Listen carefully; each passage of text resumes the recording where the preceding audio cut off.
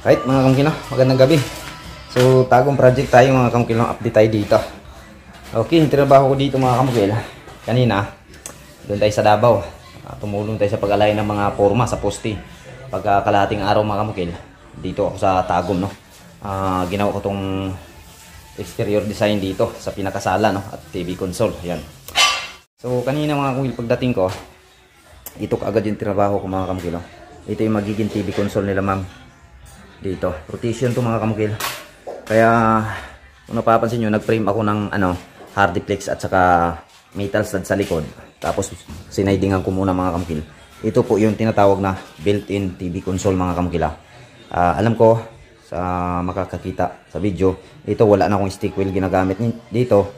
So comment mga kamukil kung bakit wala na akong stick wheel na ginagamit, para malalaman natin kung ano-ano yung inyong mga opinion na sa paggawa nito hindi na ako gumamit ng stick wheel. So bukas mga kamukil, sasagutin ko yan kung ano yung mga komento nyo dito sa ginawa ko mga kamukil, para maipaliwanag ko rin sa inyo kung bakit. At baka kasi hindi nyo pa alam, o dito natin malalaman kung yung isang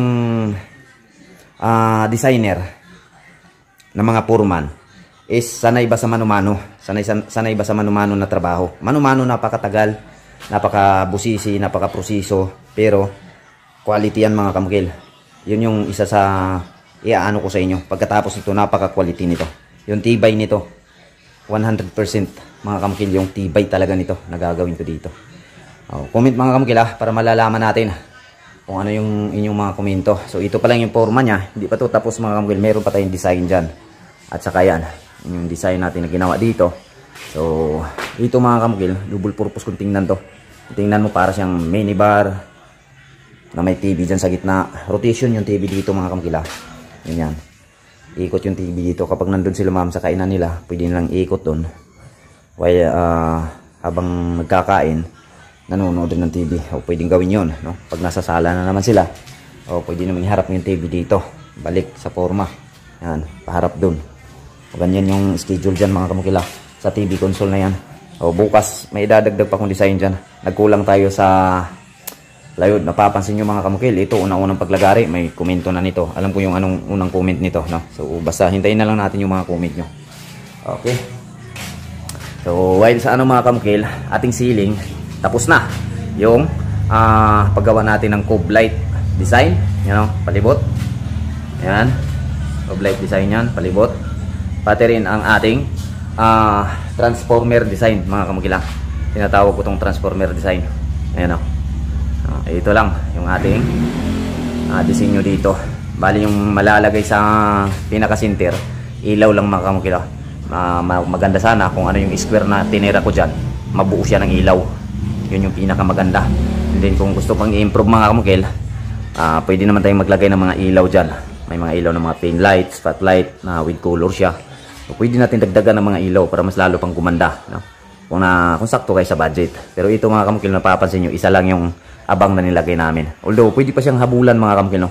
Kasi maluwang naman sa taas nito. Pwede pa siyang habulan o para mapaganda pa. O ngayon mga kamukil, tatanungin ko yung may-ari kung ano yung pwede pa nilang idagdag dito.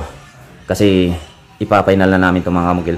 Kung napapansin nyo, nakapag-umpisa na tayo sa pagbatak. Pag nabatakan kasi yan mga kamukil, hindi na natin pwedeng akyatin dun sa taas. Sigurado mabibiyak-biyak yung ating mga binabatak dyan. So yun po, no? So tanungin natin yung may-ari kung ano pa yung kanyang mga gustong idagdag. Baka may gusto siyang idagdag, no? Ito yung tinatawag mga kamukil na customize na pagkahimo, built-in customize. Ito, no? Pinagkasya-kasya natin yung area. Ayan, mapapansin yung mga kamukil, parang ano lang, no? Diba?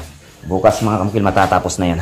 O, laging tandaan mga kamukil, yung huling magpapaganda o magbibigay ng damit sa usapang construction, trabahong construction, yung pintor. Sila yung magdadamit nito. Pag nadamitan to mga kamukil, ibig ko sabihin, pag makulayan, napakaganda nito. Ano? So, dito, pwedeng lagyan ng kung ano-ano, no? So, napapansin yung mga kamukil, may ano ako, may naka-letter L tayo dyan.